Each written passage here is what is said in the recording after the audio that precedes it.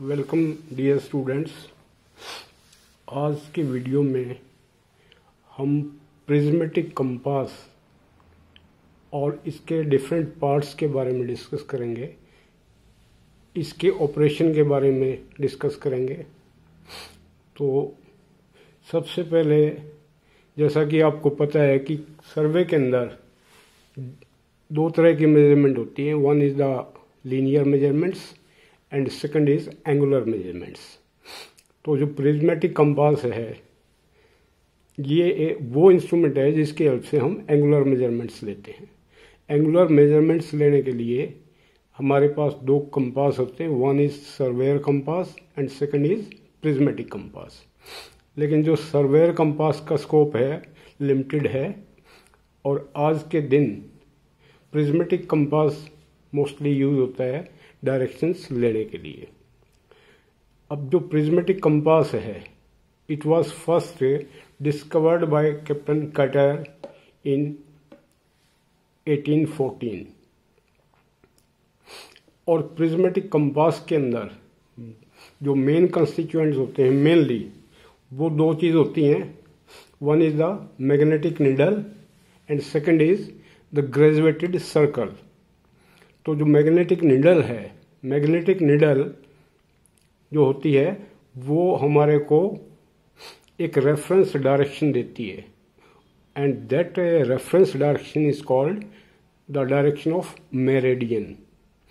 Direction of meridian means जो great circle जो हमारे स्टेशन पॉइंट से और अर्थ के नॉर्थ और साउथ पोल को मिलाता हुआ जो इमेजिनरी ग्रेट सर्कल होता है that is called true meridian. तो ट्रू मेरिडियन से किसी भी लाइन की डायरेक्शन मापने के लिए हम प्रिज्मेटिक कंपास को यूज करते हैं। कोई भी कंपास डायरेक्टली दो लाइंस के बीच का एंगल नहीं देगा। अगर आपको दो लाइन के बीच में एंगल नापना है तो हम क्या करेंगे, दोनों लाइंस की पहले हम डायरेक्शन लेंगे रेफरेंस मेरिडियन से और फिर उनका डिफरेंस निकाल करके हम उनके बीच का एंगल निकाल लेते हैं। तो चलिए अब हम पहले इसको डिस्कस करेंगे कि प्रिज्मेटिक कंपास के डिफरेंट पार्ट्स कौन कौन से हैं और उनका किस प्रकार से फंक्शन है। तो सबसे पहले ये आ जाता है मेटल कवर। तो this is a non-magnetic material, may be brass, bronze or gunmetal। किसी भी नॉन मैग्नेटिक सब्सटेंस का कवर हो सकता है जो कि इसको कवर करने के लिए हम यूज करते हैं, यहाँ कवर करने के लिए। सेकंड जो पार्ट आ जाता है इसका, second part is the pivot point. अब पिवट पॉइंट एक इम्पोर्टेंट पॉइंट है और पिवट पॉइंट को हम धुरी बोलते हैं। तो पिवट पॉइंट एक पिन पॉइंट की फॉर्म में होता है और ये जो पॉइंट है ये स्क्रू इसके बिल्कुल नीचे बिल्कुल एक पिन पॉइंट है इन द सेंटर, जिस पिन पॉइंट के ऊपर हमारे एक तो मैग्नेटिक नीडल रखी हुई है, अटैच है, जो कि फ्रीली मूव कर सकती है, और सेकंड है ये ring. This ring is of aluminium and is graduated to show the readings in degrees and minutes। तो थर्ड पॉइंट हमारा आ जाता है मैग्नेटिक नीडल।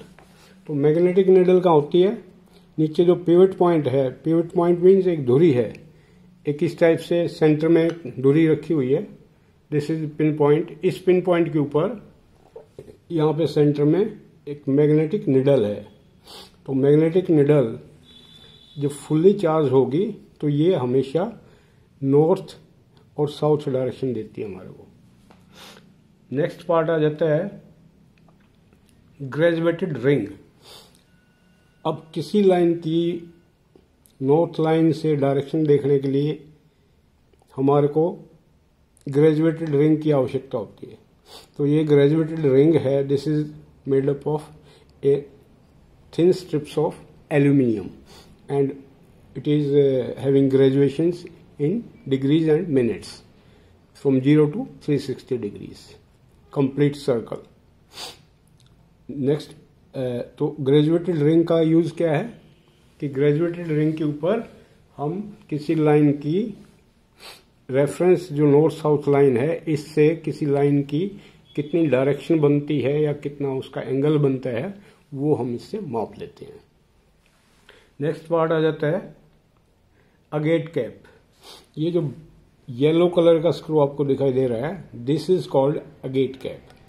तो एक टाइप का स्क्रू होता है, इसका फंक्शन क्या है कि जो नीचे पिवट पॉइंट है, पिवट पॉइंट के ऊपर मैग्नेटिक निडल बैलेंस फॉर्म में होनी चाहिए और निडल के साथ ये रिंग अटैच होती है।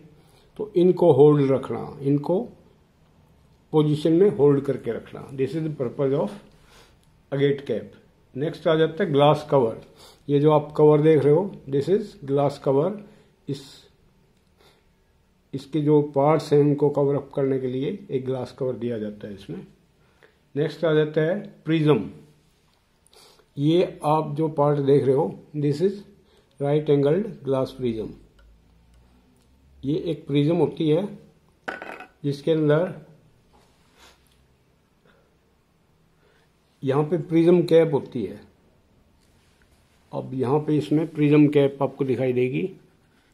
ये जो कैप है, there is a cap, this is prism cap. ये वाली, ये प्रिज्म कैप आप देख सकते हो, दिस इज प्रिज्म कैप। जब इंस्ट्रूमेंट यूज में नहीं होता तो हम इसको कवर कर देते हैं और इसको ढक देते हैं ओपनिंग को, ताकि इसके अंदर डस्ट वगैरह ना जाए। नेक्स्ट पार्ट हमारा आ जाता है साइटिंग स्लिट। अब इसके अंदर क्या होता है, प्रिज्म के अंदर एक स्लिट होती है। यहाँ पे प्रिज्म के अंदर क्या होता है, यहाँ पे एक कट होता है। ये जो आप देख रहे हो, दिस इज साइटिंग स्लिट। और यहां पर ये साइटिंग स्लिट है, यानी एक साइटिंग स्लिट होगी, वर्टिकल कट, और एक ओपनिंग होगा। तो यहां से हम ऑब्जर्वेशन लेंगे, this is eye hole. Sighting slit में से हम सामने ये जो पार्ट है, अगला part, this is called object vane. तो ये तो होगी हमारी प्रिज्म। प्रिज्म के साथ प्रिज्म कैप होगी, और ये जो पार्ट हैं, these are called coloured glasses. These are called coloured glasses. तो जब ब्राइट ऑब्जेक्ट वगैरह कोई देखना हो, उनको देखने के लिए हम इनका यूज करते हैं। इसके अलावा इसके अंदर नीचे एक फोकसिंग स्टड होता है। ये जो पार्ट है, जिसको आप देख सकते हो यहाँ पे, this is called focusing stud. This is called focusing stud.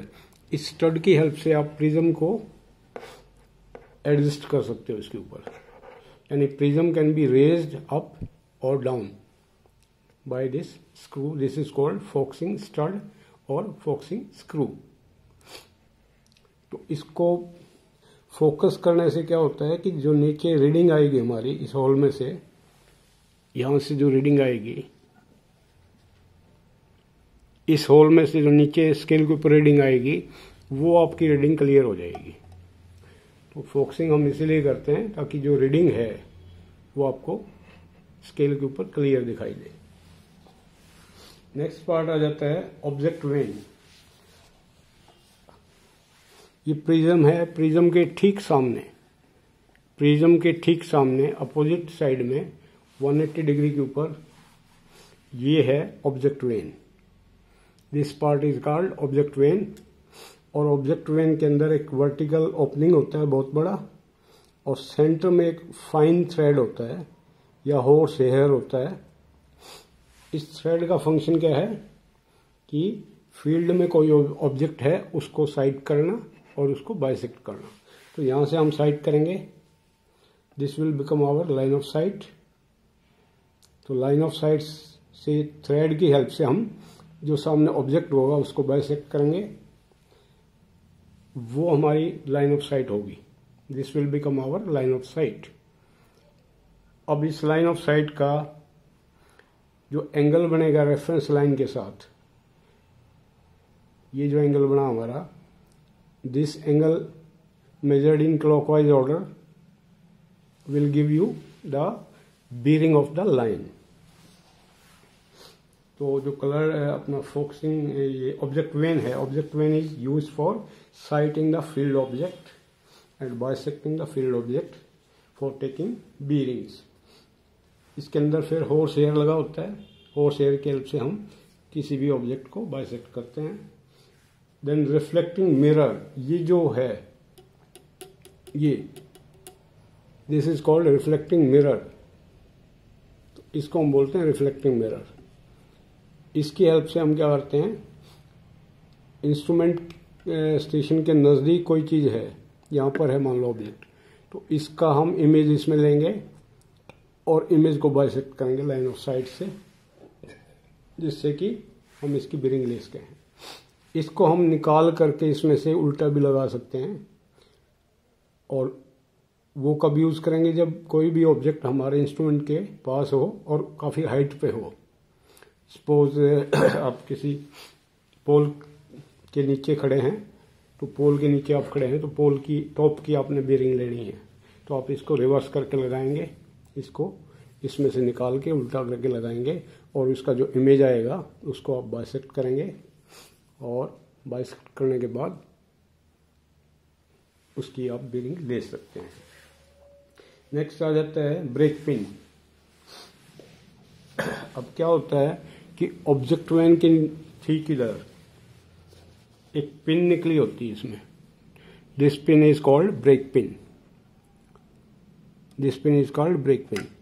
इसकी हेल्प से आप जो निडल है, निडल को आप जल्दी ब्रेक कर सकते हो।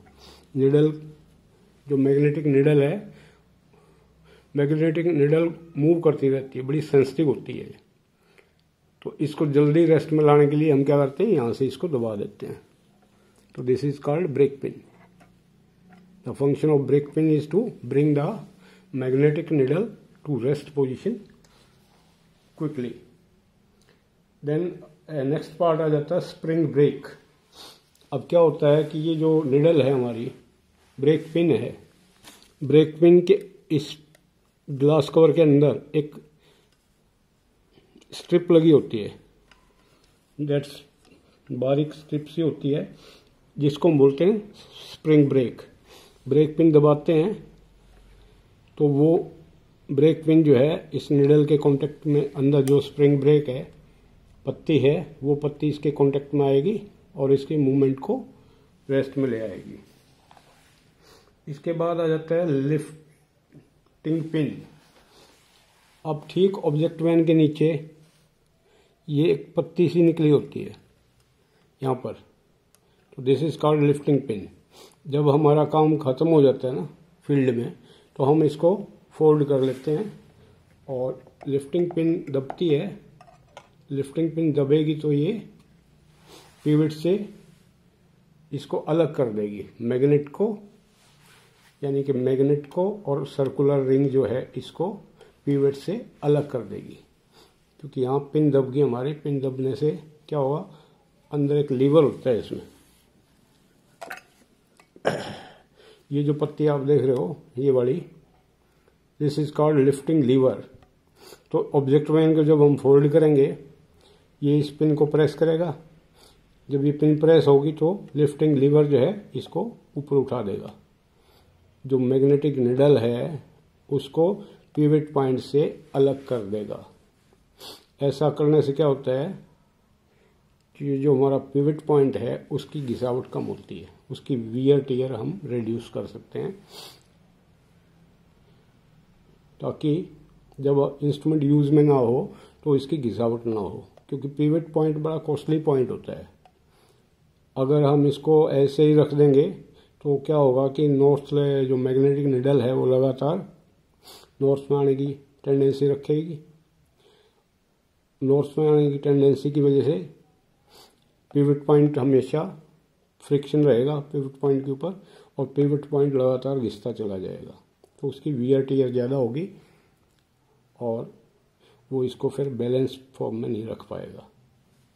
नेक्स्ट पार्ट आ जाता है हमारा तो ये सारी चीज़ें मैंने आपको डिस्कस कर दी। लिफ्टिंग लीवर, दोबारा मैं सारे पार्ट्स बता रहा हूँ आपको। This is the metal cover, this is the metal box, centre में there is a pivot point. Pivot point के ऊपर एक मैग्नेटिक नीडल लगी होती है। मैग्नेटिक नीडल के ऊपर ग्रेजुएटेड रिंग है। रिंग की हेल्प से हम बीरिंग्स वगैरह नोट करते हैं। उसके बाद अगेट कैप है। अगेट कैप का काम है इस रिंग को और मैग्नेटिक नीडल को होल्ड रखना पोजीशन में, बैलेंस पोजीशन में। इसके बाद ये ग्लास कवर आ जाता है। इधर हमारा ये आ जाता है prism, right angle glass prism होती है। इसमें एक साइड में ओपनिंग होता है इधर। जब हम रीडिंग लेते हैं तो ये इस पोजीशन में रहेगी और जब रीडिंग नहीं लेनी होती तो इसके ऊपर कैप लगा देते हैं हम। ये कलर्ड ग्लासेस होते हैं। कोई भी ब्राइट ऑब्जेक्ट या दोपहर को अपने धूप में काम करना हो तो हम लाइन ऑफ साइट के सामने ये ग्लासेस लगा लेते हैं। और ये इधर होती है साइटिंग स्लिट और एक आई होल होता है, यहाँ से हम ऑब्जर्वेशन लेते हैं। तो साइटिंग स्लिट में से सामने हम ऑब्जेक्ट वेन को देखते हैं। ऑब्जेक्ट वेन में थ्रेड होता है। थ्रेड की हेल्प से हम कि उसको फील्ड ऑब्जेक्ट को हम पहले बाइसेक्ट करेंगे। तो ये हमारी जो लाइन ऑफ साइट बनेगी, इसका नॉर्थ के साथ जो एंगल आएगा यहाँ से, ये जो एंगल बनेगा, this angle clockwise, that angle is red here, और वो हमारी आ जाएगी इसकी बीरिंग। उसको हम बोलते हैं होल सर्कल बीरिंग। इसमें रिफ्लेक्टिंग मिरर होता है। Reflecting mirror can be adjusted for taking the बीरिंग्स of very low और वेरी हाई ऑब्जेक्ट्स। इसके आउटर साइड में ब्रेक पिन होती है।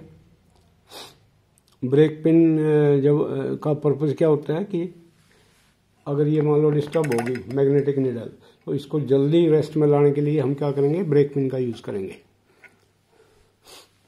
इसको जल्दी स्टॉप करने के लिए हम ब्रेक पिन दबाएंगे। ब्रेक पिन दबाने से क्या होगा कि अंदर there is a spring brake, एक पत्ती होती है इसके अंदर, that is called spring brake. Spring brake press होगी जो इसके टच में आएगी और इसको रोक देगी। और जब काम हमारा ख़त्म हो जाता है तो हम इसको फोल्ड कर लेते हैं। फोल्ड करेंगे तो यहाँ पे एक लिफ्टिंग पिन होती है और लिफ्टिंग पिन प्रेस होगी और जो लिफ्टिंग लीवर होगा यहाँ लिफ्टिंग लीवर को ऑपरेट करेगा। ऑपरेट करने के बाद ये अपना पिवट पॉइंट से अलग हट जाएगा। ये रिंग वगैरह हमारी पिवट पॉइंट से सेपरेट हो जाएगी और इसको पिवट पॉइंट को फ्री कर देगी, जिससे कि पिवट पॉइंट की घिसावट कम होती है। तो that's all in today video.